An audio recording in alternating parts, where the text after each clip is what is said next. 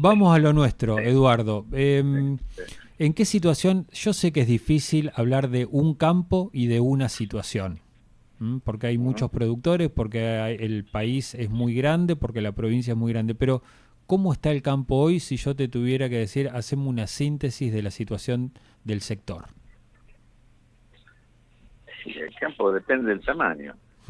Depende del tamaño de qué productor estamos hablando, de qué modelo de explotación agrícola agropecuaria estamos hablando. O sea, el productor mediano, chico, de 200 hectáreas, 300, 400, muchas veces la mitad de eso o más están alquiladas a otros productores bueno, que dejaron la actividad y pasaron a ser rentistas. Entonces se iba unificando esa unidad Mm, de 300, 400, 500 hectáreas, de lo cual la mitad o más mm, se paga alquiler. Entonces, digo, ese productor está jodido, no le cierran los números. ¿Sí? A los fondos de inversión que se hacen en la City porteña, contratan dos ingenieros, dos camionetas, salen a alquilar campo a mansalva, salen a contratar servicios con los contratistas que los hay y de altísima calidad y de altísima tecnología. Digamos, esos fondos de inversión que manejan miles de hectáreas en las zonas más, diversifican los riegos, por supuesto, en las zonas más ricas del país. Este país tiene modelo de engorde ganadero y tiene modelo de siembra de girasol en la zona girasolera de la provincia de Buenos Aires, siembran soja en Pergamino y siembran trigo en Tandil. ¿Me explico? O sea, todos sí. esos modelos tienen menos costo, tienen financiamiento más accesible, tienen cierto nivel de escala que permiten hacer negocio directamente con los exportadores, evitan el acopio local, digamos, tienen ventajas que por ahí le pueden estar dando algún cierto beneficio. Pero a los productores tradicionales de carne y hueso, a los más chicos, a los que tenemos que ver con la agricultura familiar, donde trabaja el padre, el hijo, el yerno, la gente de la familia, hoy con el retraso cambiario, Sí. con la caída de los precios internacionales, con la vigencia de las retenciones, porque acá no hay que comerse la curva, si le bajaron la retención al campo. Yo sé que en este momento al hablar en Tandil, estamos hablando a un grupo de productores que nos pueda estar escuchando, Mm, pero mayoritariamente nos está escuchando la gente de la ciudad de Tandil. sí. ¿Sí? El comercio, el laburante, el jubilado, digamos, a ese público que nos escucha hay que decirle las cosas como son. Hubo muchos titulares hace 2 semanas atrás, le bajaron la retención al campo y lo que hicieron es una cosa homeopática, pijotera, digamos, raquítica, es decir, bajaron 6 puntos en soja, le bajaron 1,5 puntos al trigo y al maíz, la zona de ustedes es muy triguera, ¿sí? Mm, 1,5 puntos a la producción de trigo, o sea, bajaron niveles de retenciones muy escasos y con un solo objetivo, que es tratar de que ingresen dólares al Banco Central, que es lo que necesita Caputo. En ningún momento se pensó decir, bueno, vamos a promover el desarrollo agrario en serio, vamos a ver cómo hacemos un conjunto de políticas. Sí, a ver, pongo el Banco de la Nación Argentina, sí. hago un acuerdo con el gobernador Kicillof y ponemos el Banco de la Provincia de Buenos Aires también para hacer módulos ganaderos de crecimiento de la ganadería, hacemos un seguro multirriesgo para los momentos de sequía, de granizo, de tanta peste que tenemos que soportar los agropecuarios. Podemos utilizar retenciones a cuenta de ganancias, si no las pueden modificar de un momento a otro, pero permitime que pueda usar las retenciones a cuenta de ganancias. Es decir, Mm, está bien, no pueden eliminar la totalidad de retenciones en el corto plazo, está bien, pero déjame hacer un asiento contable con cuánto fui capaz de producir y uso eso a cuenta de ganancia. No, pagamos del 33, seguimos pagando el 26 en soja, ¿sí? sí. Y del 26 además hay que pagar 35% de ganancia. Es verso lo que han hecho. Es una mentira de muy mal nivel, de muy mala calidad y que hay que desenmascarar. Eduardo, vos decís que la Entonces, quita de vos decís que la quita de de- retenciones no fue en beneficio del productor, sino que fue en beneficio, se pensó en beneficio del gobierno. pero si se vino de raje de Davos, Caputo, a anunciar algo porque necesitaban dólares. Están desesperados tratando de llegar a cualquier clase de acuerdo con el Fondo Monetario porque necesitan dólares, porque de lo contrario el mercado va a buscar el precio real del dólar, que según Orlando Ferrer, no lo dice Bucci, el devaluacionista, digo esto en encomillado, eso no soy Sí. devaluacionista, pero lo dice Orlando Ferrer, que es un reconocido economista. El dólar debería estar a no menos de 1.600 pesos. Entonces, para que el dólar no busque los niveles a donde debería estar y haga un sinceramiento del retraso del tipo de cambio que han hecho hasta este momento, lo que hizo Caputo es venirse de Davos urgente a hacer un anuncio sin ni siquiera avisarle a las entidades de productores y 10 días después por fin recibir a las entidades de productores. Pero primero hizo el anuncio, puso la condición, arregló con los exportadores, por supuesto, porque la Secretaría de Agricultura actual, la subsecretaría esa, es funcional a los exportadores de granos. Hicieron esos menjunjes y trataron de apurar que haya liquidación de divisas. Esa es la realidad. Entonces, pensar en una política agropecuaria, están muy lejos de pensar en una política agropecuaria. Esto es sinceramente lo que yo creo. Entonces, precios internacionales que han bajado, retraso del tipo de cambio, vigencia de retenciones, aumento de costos internos. Sí. Tengo una cosa ahí, digamos, tengo una realidad, una realidad que puede derivar en los 90. Esto es lo que nos está pasando. O sea, empieza la falta de rentabilidad, después sigue el endeudamiento con los acopios, después terminamos yendo a los bancos a buscar plata para poder pagar a los acopios, Y después, y después terminamos las en los 90 cadenas con pérdida de patrimonio. después, Es a donde nos está llevando este plan, en los 90, pero de una manera mucho más acelerada. Eduardo, los 90 con las... Yo 2x3, vos sabés que lo recuerdo acá en la radio, porque mi primer trabajo en medios acá en Tandil fue cubrir las cadenas de oración que hacían los productores en la puerta del Banco Provincia, todos con el rosario y abrazados rezando para que no le remataran los campos. Yo tengo esa imagen Claro, sí. muy clarita todavía de esa época. Sí, sí. Con Sí, cantidad de hectáreas que se cursaban en los tribunales comerciales y civiles en la ciudad y los remates que se hacían en los centros de martillero, ¿no? Vos decís que puede haber un riesgo de eso. Pero sí es la misma política, la política de apertura, retraso cambiario. A ver, no descubrimos el agujero del mate si decimos que hay limones de Egipto, tomates de Paraguay, empieza a haber cada vez más cantidad de alimentos en el país, de los alimentos de origen importado, que cada vez conviene más a los intermediarios traer de afuera que comprar adentro. Y esto es lo que vimos en los 90. Me acuerdo cuando estábamos con el Vasco de Mendiguren, que él estaba en la Unión Industrial de esa época, y yo en la Federación Agraria, salíamos a hacer giras por distintos paneles para explicar que éramos incapaces como país de meter 4 granitos de maíz adentro de un tarrito y vender choclo enlatado, porque no éramos capaces de hacer eso porque no convenía traer los choclos de afuera, el jugo de naranja de afuera. Hemos llegado al absurdo de tomar agua mineral de Francia. Esto pasó en la Argentina, digamos, y eso pasó en los 90, y vamos en ese mismo camino.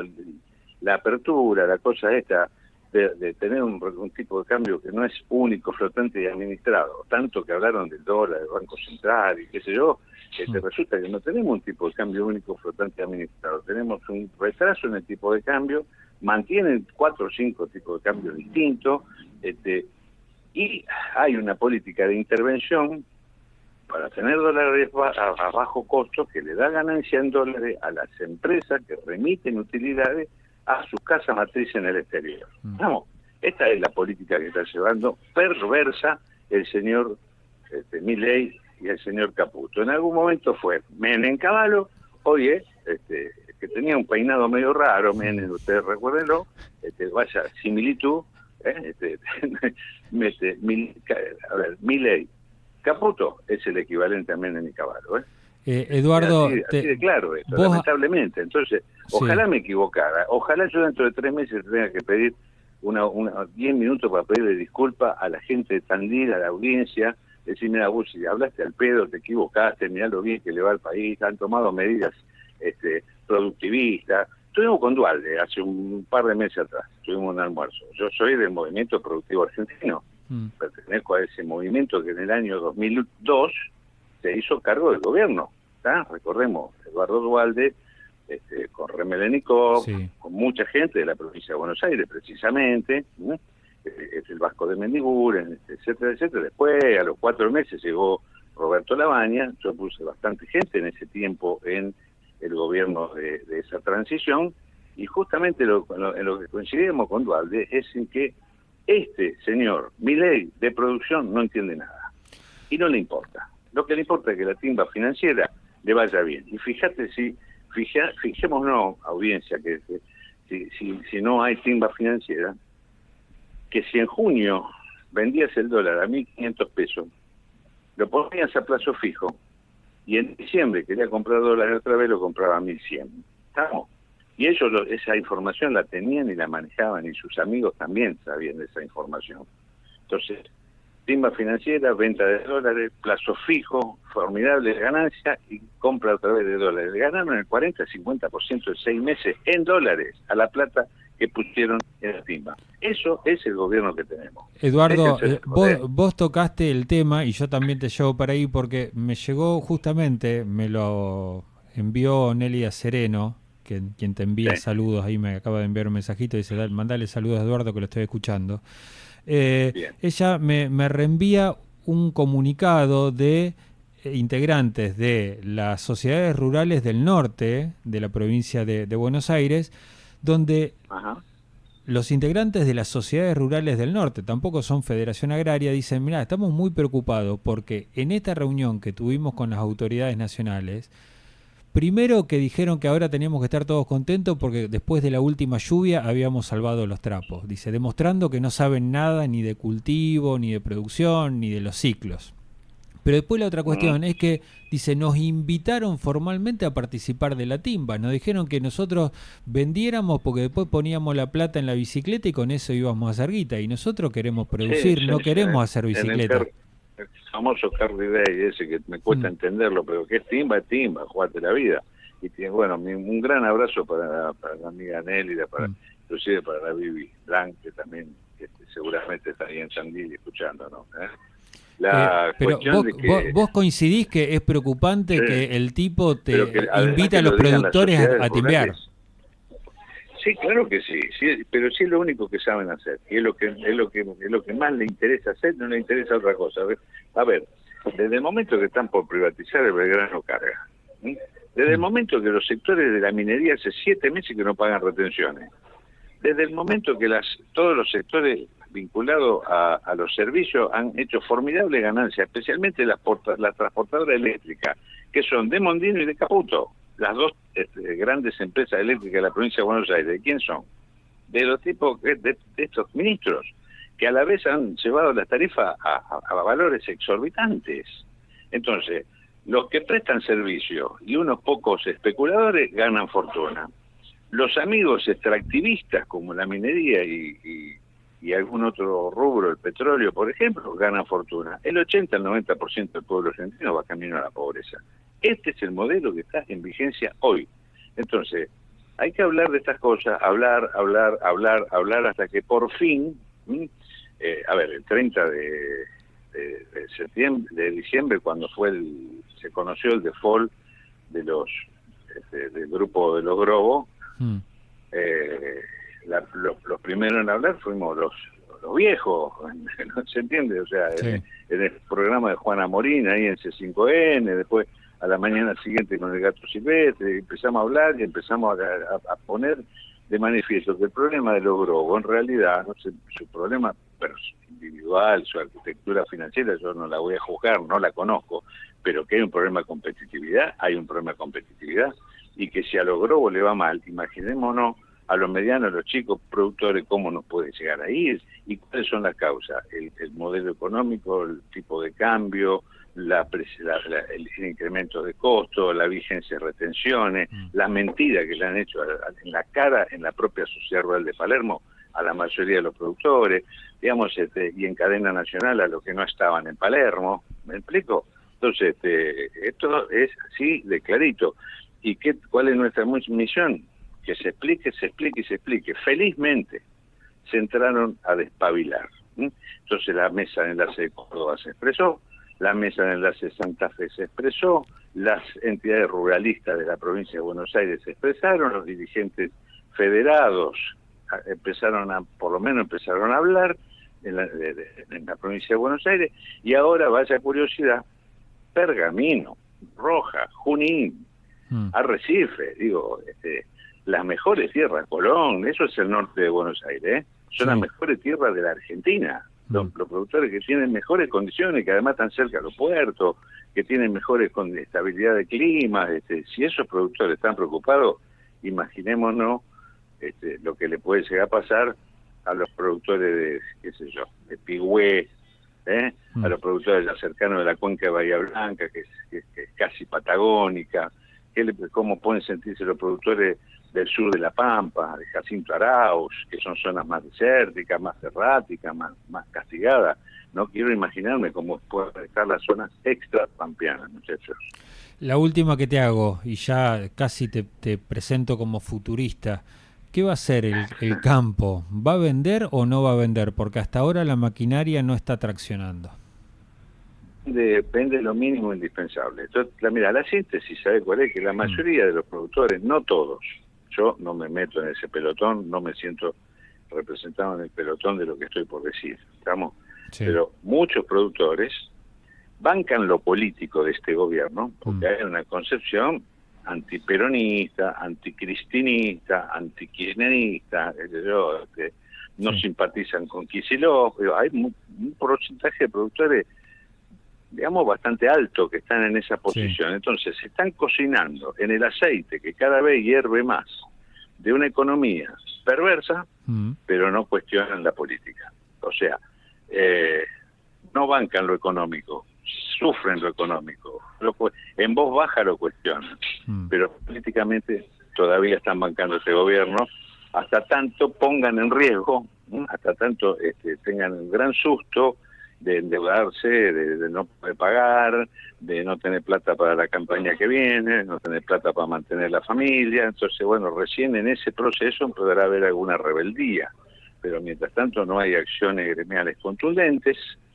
Por mucho menos que esto, los autoconvocados hicieron movilizaciones contractorias a Buenos Aires, de manera ridícula la Burrich arriba un caballo en San Nicolás, provincia del norte bonaerense, qué sé yo. Por mucho menos lo que está pasando, hicieron mucho más cosas en otros tiempos. Ahora detiene paciencia en lo político y se guardan los granos en los bolsones, porque no confían en la economía.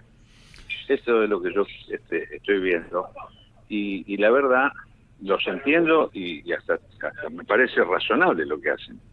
Porque ¿cómo se puede confiar en una economía como esta, que donde los que están todavía hoy no saben qué va a pasar dentro de 60 días? Si el fondo le va a dar una mano, si la lluvia y la cosecha los va a ayudar. Es un nivel de improvisación muy alto y la verdad muy berreta. ¿Ah?